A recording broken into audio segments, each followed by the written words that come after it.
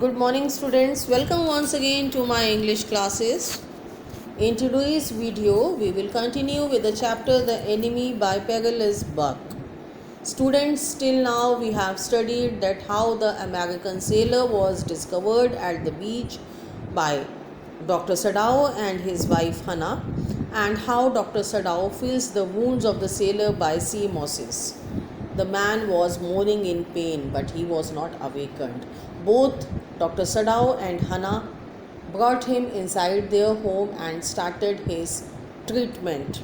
So, till here we have studied, and now we are going to continue further. For this, you can see page number 34 of your supplementary book, Vistas. She crouched close to the sleeping face of the young American. It was a piteously thin face, she thought, and the lips were twisted. The man was suffering, whether he knew it or not. Watching him, she wondered if the stories they heard sometimes of the suffering of prisoners were true. They came like flickers of rumor told by word of mouth and always contradicted. In the newspapers, the reports were always that whenever the Japanese armies went, the people received them gladly with cries of joy at their liberation. But sometimes she remembered such men as General Takima, who at home beat his wife cruelly, though no one mentioned it now that he had fought so victorious a battle in Manchuria. If a man like that could be so cruel to a woman in his power, would he not be cruel to one like this, for instance? So, Dr. Sadao, he was operating the white men, and Hannah was helping him. Hannah was helping him as she gave anesthesia to the white men so that he would be remaining unconscious while Dr. Sadao was operating him, and in unconsciousness the white men would be feeling less pain.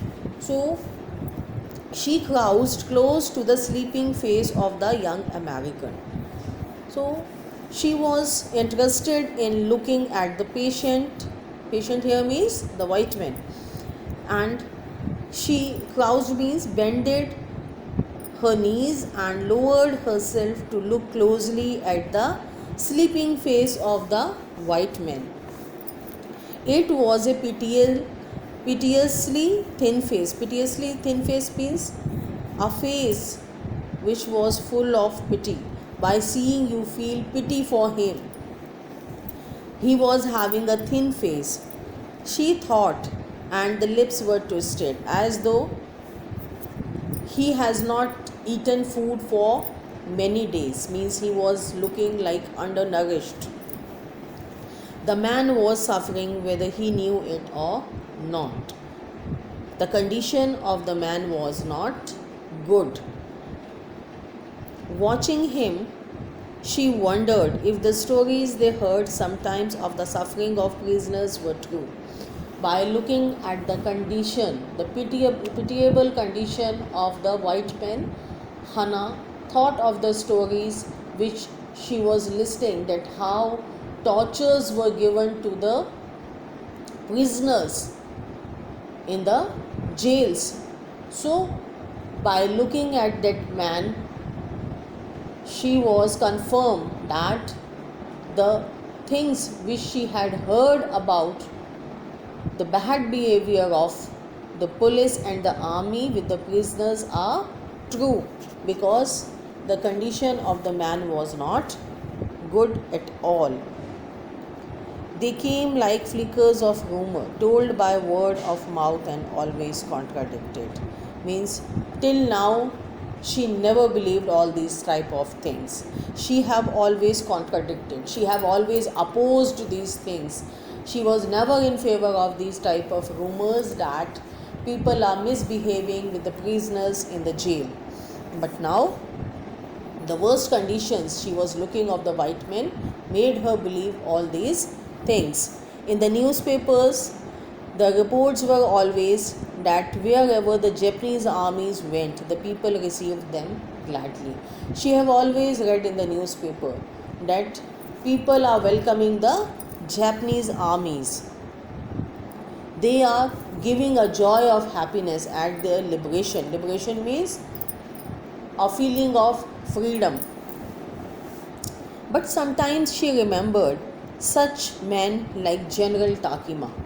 But at this point, she remembers the General Takima of Japan, and she has also heard about him that General Takima was beating his wife violently at home, though no one mentioned it now that he had fought so many battles and he has got victories in all those things, but still such type of man can do such a brutal thing to a woman, would not be so violent to one like this. For instance, if this thing has to be told about General Takima, no one is going to believe. She hoped anxiously that this young man had not been tortured, and in her mind she was so tensed, she was so anxious that this young man would not have been tortured. She was giving a positive feeling to herself. It was at this moment that she observed deep red scars on his neck just under the ear. So while she was lost in her thoughts, her eyes observed some scars on the neck of the white man just under his ears. Those scars. Scars means mark. She murmured. Murmured means to speak in a low tone. Lifting her eyes to Sadao, she looked at Dr. Sadao, but he did not answer to her. At this moment, he felt the tip of his instrument strike against something hard. Actually, Dr. Sadao was busy in taking out that bullet which was deep within the body of the white man. So he was operating that bullet. So he does not answer the Hana. And while Hana was saying this thing to Dr. Sadao, at that moment the instrument of Dr. Sadao hit something hard, dangerously near the kidney, and that place was near the kidney of the white man. All thought left him. At this moment, he left all the thoughts and he was putting all his concentration on that particular heated element inside the white man's body. He felt only the purest pleasure. He probed with his fingers, delicately familiar with every atom of this human body. So his fingers were moving, Dr. Sadao's fingers were moving over the whole body of white men, in sense he was fulfilling his duty of a doctor. His old American professor of anatomy had seen to that knowledge. Ignorance of the human body is the surgeon's cardinal sin, sir. He had thundered at his classes years after year to operate without as complete knowledge of the body as if you had made it. Anything less than that is murder. So, while he was operating, he was getting close to that bullet in the body of the white man. Dr. Sadao, he was remembering the words of his old American professor of anatomy. Anatomy means the study of human body. So At this moment, Dr. Sadao was remembering his own old professor and his words he was remembering, that ignorance of the human body is the surgeon's cardinal sins. So he had thundered at his classes years after year. So these words were thundering.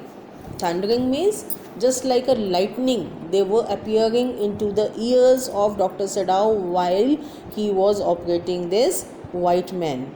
To operate without as complete knowledge of the body. He remembers that his professor used to say that if you are not having a proper knowledge about the human body and you are doing an operation, it is not an operation, it is a murder you are doing to your patient. So Dr. Sadao, he was doing his duty also, and as a student he was remembering the words of his professor also at that very instance.